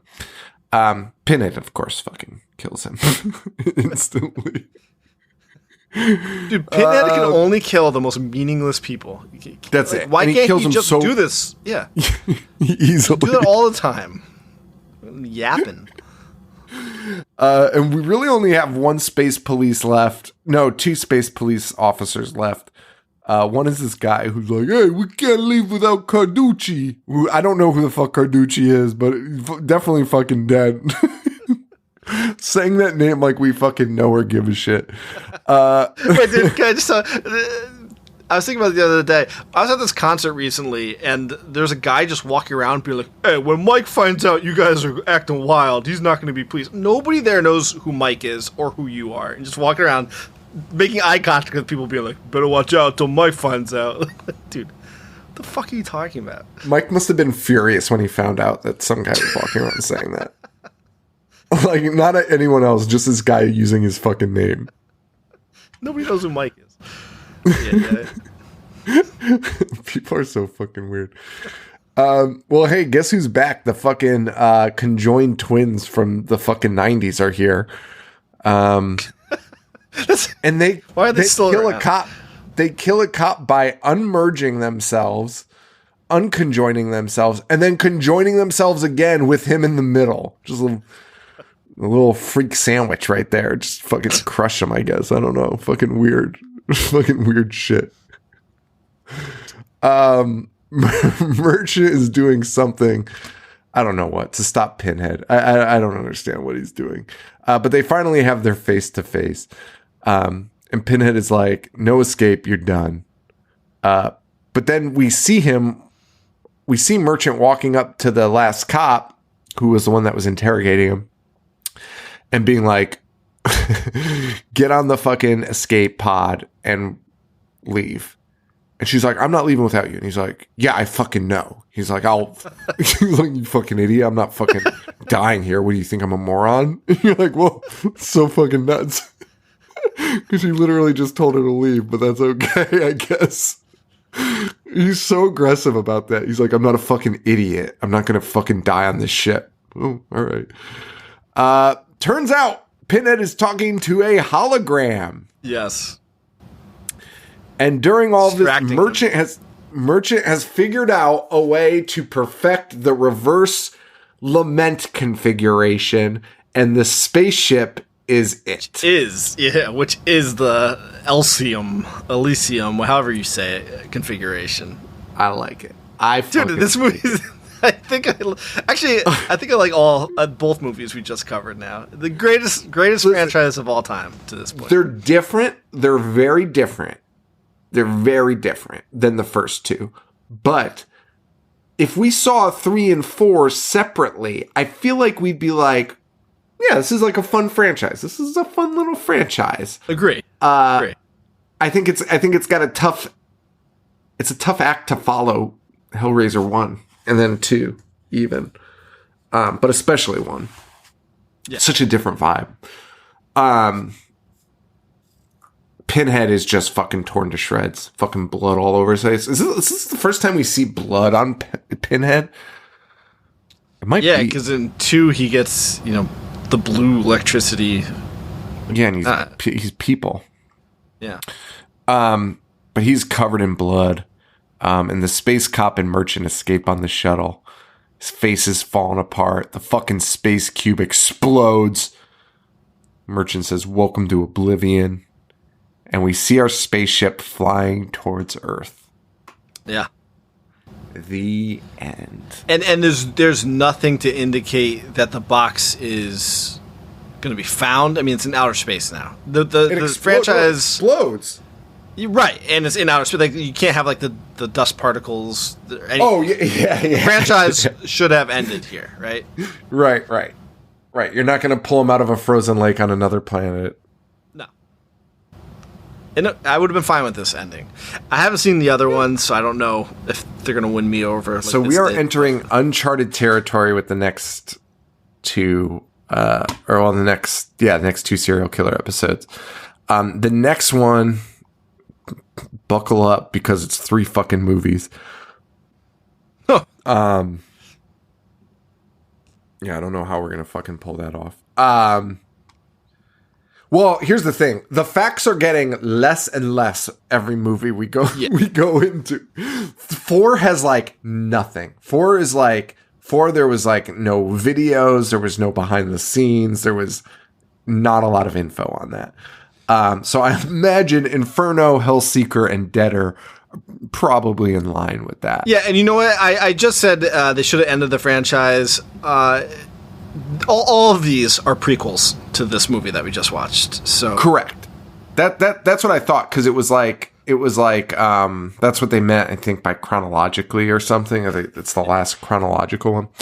So we're going to go back in time. We're going to go back to present day with these movies. So next week, we're going to do Inferno, Hellseeker, and Deader. Then we're going to do our live show, Hellworld, which I believe is the internet one, hopefully. It sure is. Which I'm so excited about. That'll be January 21st. Which, is that a good day? That is... No, that is my son's birthday party. Yes. Yeah, but our live shows are later. I mean... Yeah, I should be able to swing it. I'll be able to swing it. Yeah, keep it. All right.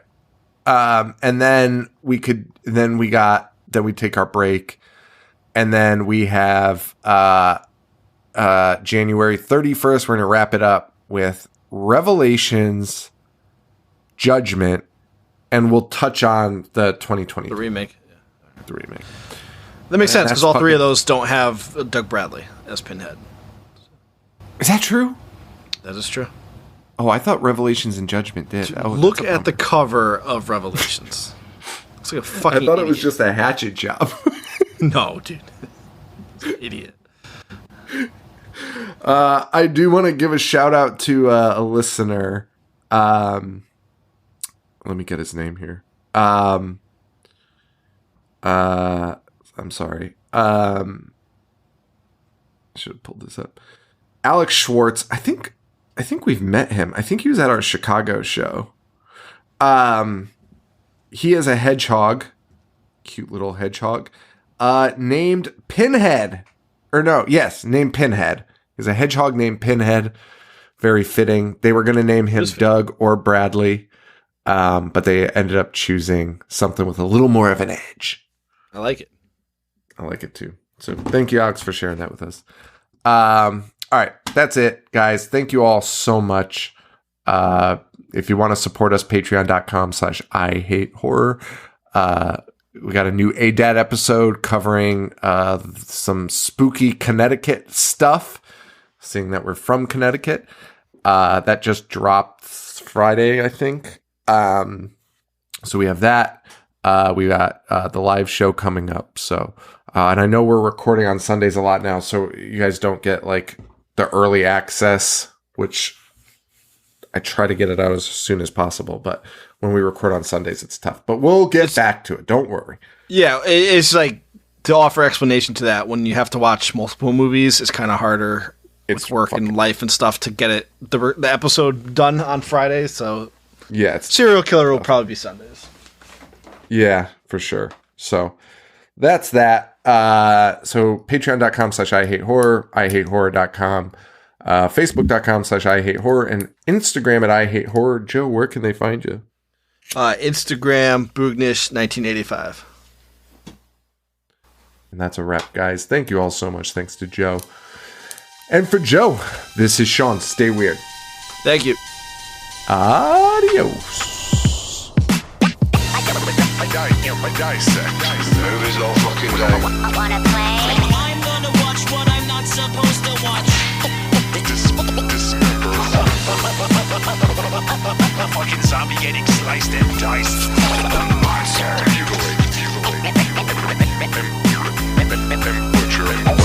Butcher.